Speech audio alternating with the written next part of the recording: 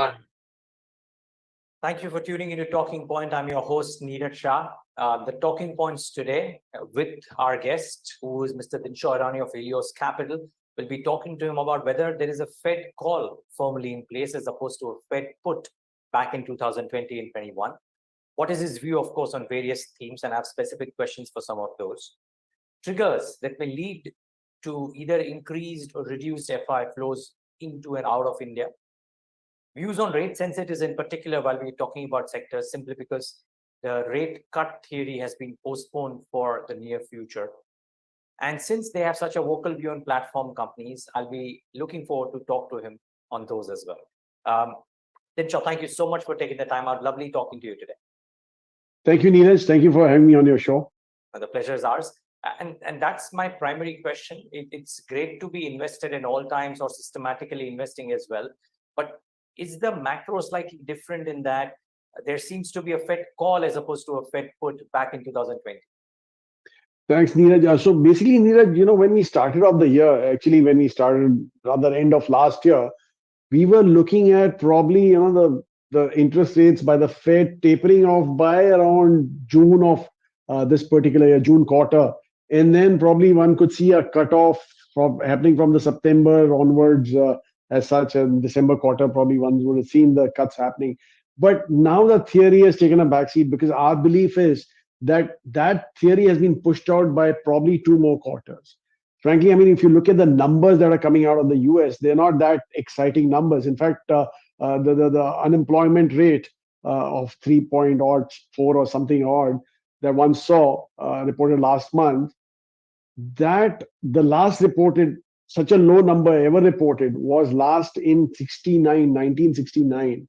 And after that, one saw that runaway inflation. So I'm sure the Fed is also seeing all those data points coming in.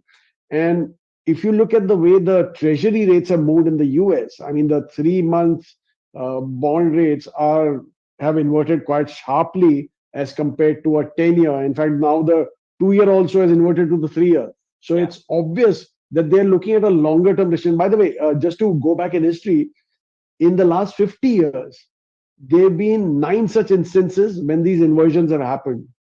8 of those led to a recession. Okay. It's only one which started in October of 22, which is yet to see a recession. So it's obvious that the recession is due. How badly it will be, this is what the Fed is worried about. And given the way the unemployment numbers are, I'm sure the Fed is really worried that this will be a very sticky kind of a recession, and that's why they are holding on. In fact, that's the terminology which Jerome Powell also used in his speech last night, that he said that he's looking at a higher number as compared to what the market is expecting. Our belief is it can go up to 6% or 6.25. And if that happens, you can imagine what a RBI has to do to control the Forex out here. We can very well look at 7.25 or 7.5% kind of a repo rate hike from the RBI too. So all these are not looking that exciting numbers. Yeah. So, a lot of people make this casual remark about how the economy and the markets need not be correlated. My question out here, since you invoked this point, is that because we do not have the luxury back home in India of very strong labor data, but we may have an issue of higher rates, does that, in some sense, derail consumption meaningfully? And therefore, does it hurt growth numbers as well as a consumption-linked marketplace wherein a bunch of stocks largely derive their fortunes on how the Indian consumer would consume? So Neeraj, if you look at all emerging markets, right, not only India, a high level of inflation, not high, I mean, reasonably high level of inflation is always welcome, right?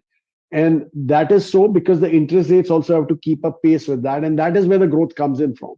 So India has been quite adept at this kind of high inflation levels. I mean, 6.2, 6.3 is not high enough. In fact, we've seen that in not so recent past. I mean, 13, 14 was a really high inflation period, and we did fairly well in that time. Though the interest rates have to keep pace with that. So as long as inflation is high, it is not a problem at all, because once basically the earning power also moves up if the economy is fired up, right? Which in the case of India, that is the case. And that's why we believe that if you are looking at investing in the stock markets, by the way, we tell most of our investors that defer your investments, stagger them around. Don't give us a lump sum. Let's stagger it over, and that's what we've been doing as such. That is mainly because we believe that the internal consumption, I mean the internal economy, India's focused economy, is going to do fairly well given the Okay. focus of the government on manufacturing. Obviously, the new millennials and the generation Z and X are going to play a big part in this whole consumption story also going forward. So our belief is that India focused stories will do far better than the external focus stories. That's why we're totally zero on, say, a sector like IT, or very low weight on a sector like specialty chemicals and stuff like that, because these are all external facing, and that's why we are very underweight these sectors per se.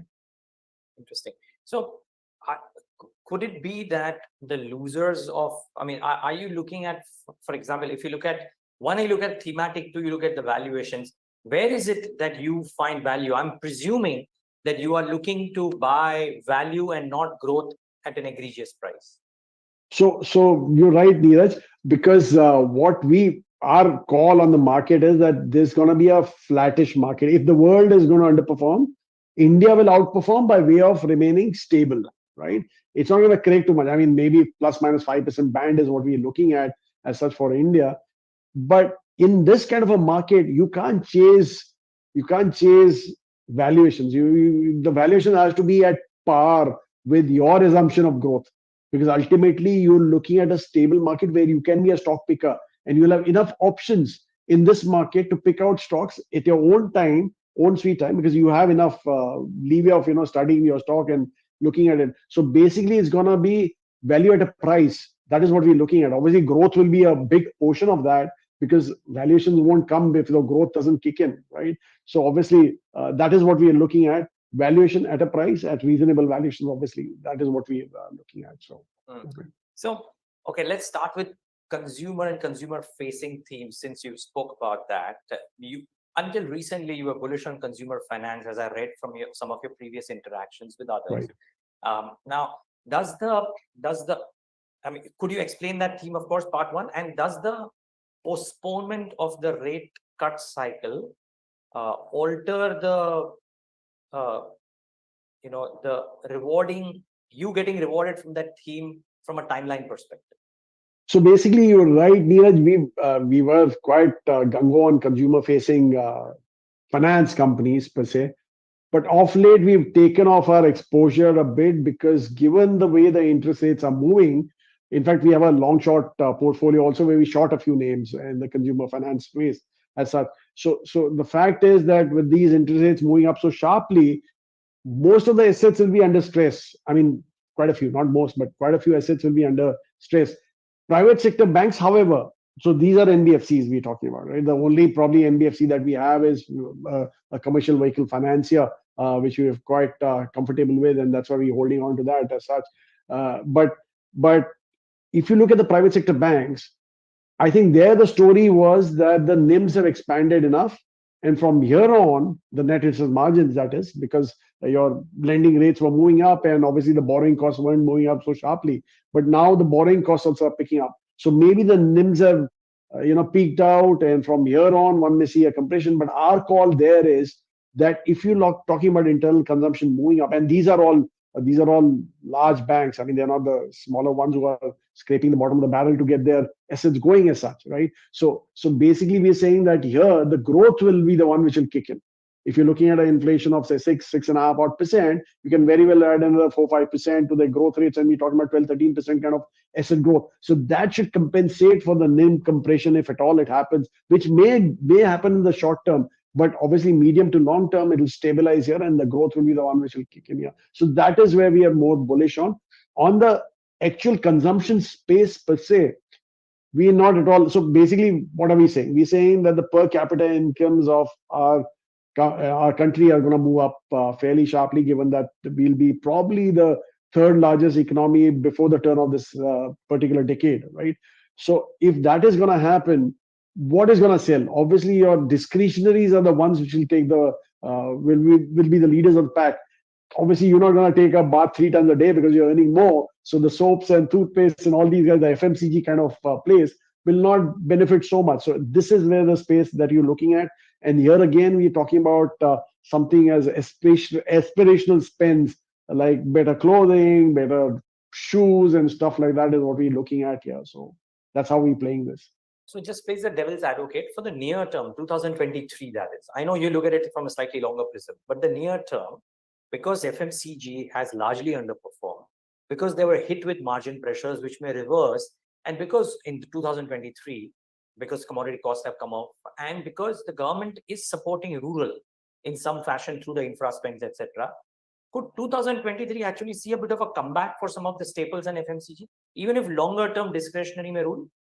So, okay, Neeraj, I will not rule that out. The fact is that normally in a market like this, people look to park their money into safety. And these are all, if you can call them safety because they're 10, 11% kind of growth stories.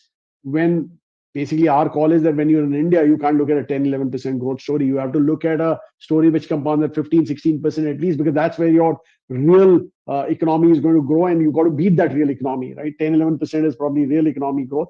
Sorry, the nominal economic growth, and you want to beat that. So you're looking at 15, 16 kind of compounding stories as such. So that's why maybe they'll do well in the short to medium term, but on a longer term basis, I think you need to be in more exciting stories than these, than, be in safety for no reason at all. So might as well put your money in FDs. Okay, fair point. I get the drift.